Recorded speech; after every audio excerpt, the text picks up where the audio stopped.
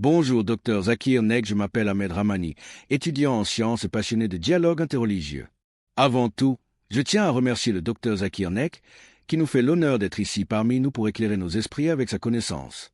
Docteur, j'aime me poser une question inspirée du titre bien connu. J'ai 100 questions contre l'islam.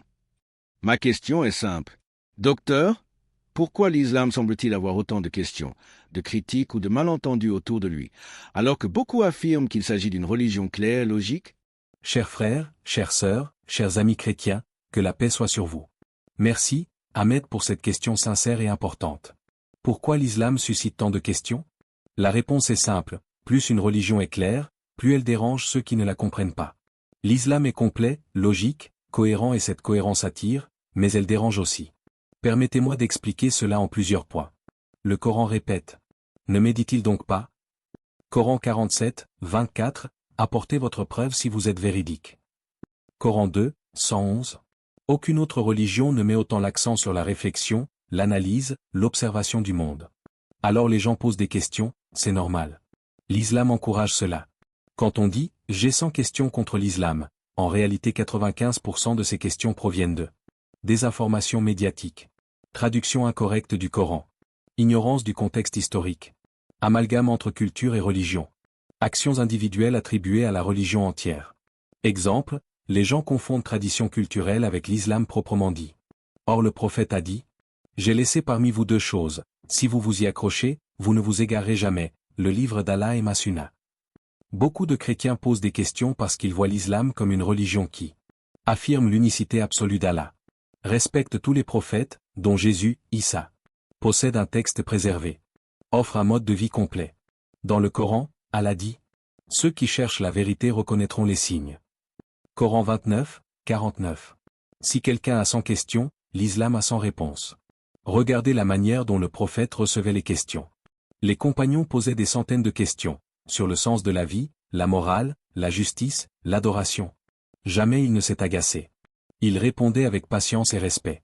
C'est cela la tradition islamique, le dialogue. Si vous lisez le Coran, vous n'y trouverez pas de contradiction. Allah dit, s'ils provenaient d'un autre qu'Allah, ils y trouveraient de nombreuses contradictions. Coran 4, 82.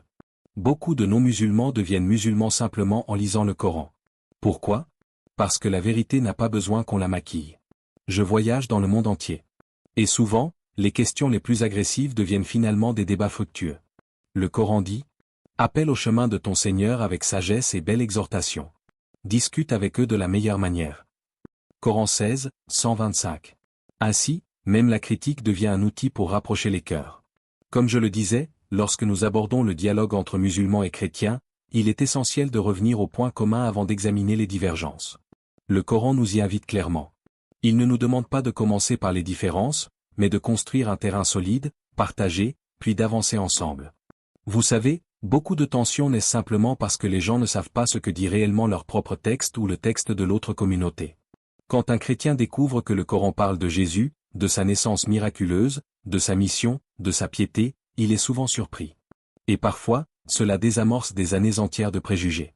Prenez par exemple la manière dont le Coran décrit la naissance de Jésus.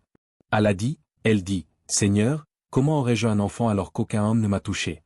Il dit, il en est ainsi. Allah crée ce qu'il veut.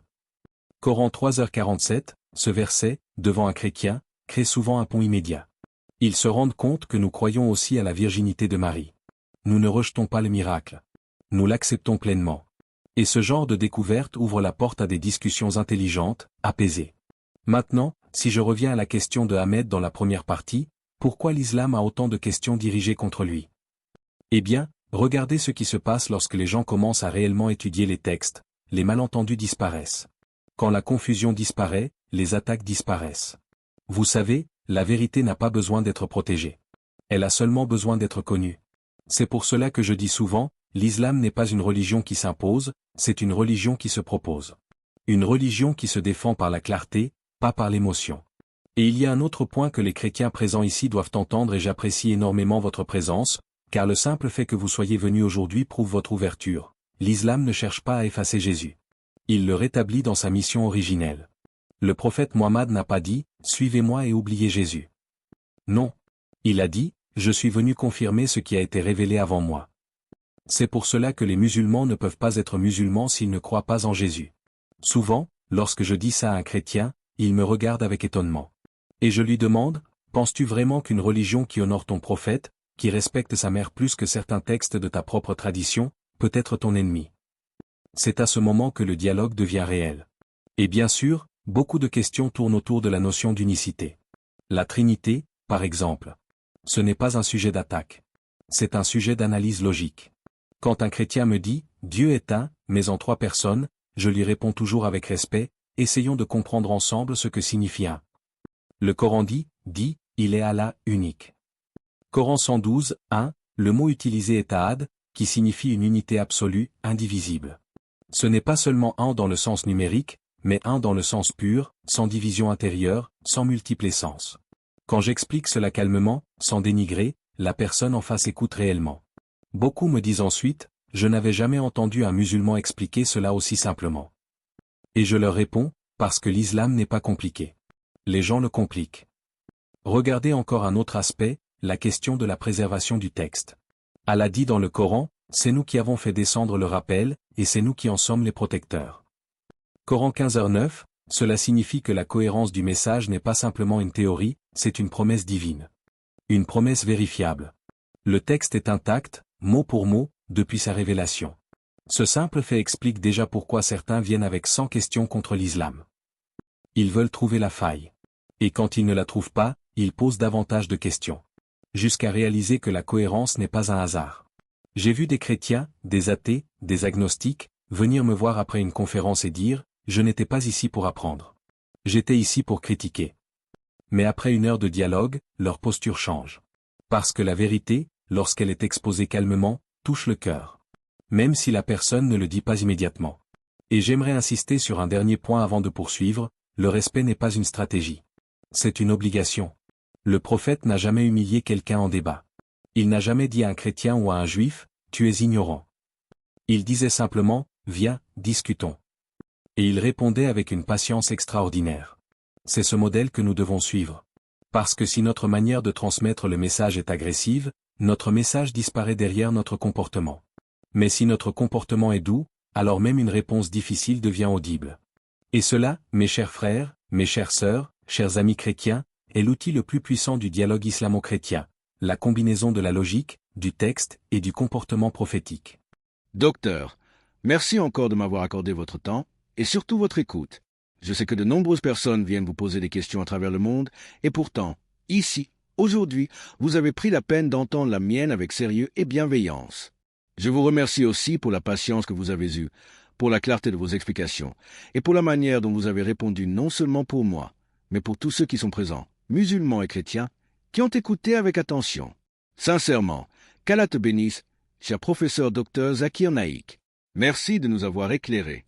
Merci, Ahmed, et qu'Allah te bénisse toi aussi pour ta sincérité, ton respect, et la manière dont tu as posé ta question. C'est toujours un plaisir de dialoguer avec des jeunes comme toi, qui cherchent à comprendre, à réfléchir, et à ouvrir des portes plutôt qu'à enfermer. Merci également à vous tous ici présents, et à toutes celles et ceux qui nous suivent depuis chez eux. Votre présence, votre écoute, et votre volonté d'apprendre sont essentielles. Le dialogue ne peut exister que parce qu'un public comme vous est prêt à entendre, à réfléchir, à poser des questions et à grandir. Alors, si cette discussion vous a enrichi, si elle vous a appris quelque chose, ou simplement si elle vous a donné envie d'aller plus loin, je vous invite, avec tout mon respect, à vous abonner à la chaîne Pont de Foi. N'oubliez pas de aimer la vidéo, de la partager autour de vous à vos proches, vos amis, vos collègues afin que d'autres puissent bénéficier du même échange. Et bien sûr, participez dans les commentaires. Nous lisons vos réactions, vos questions, vos réflexions, et cela contribue directement à nourrir ce dialogue entre les communautés. Merci à tous pour votre présence, votre attention, et votre ouverture.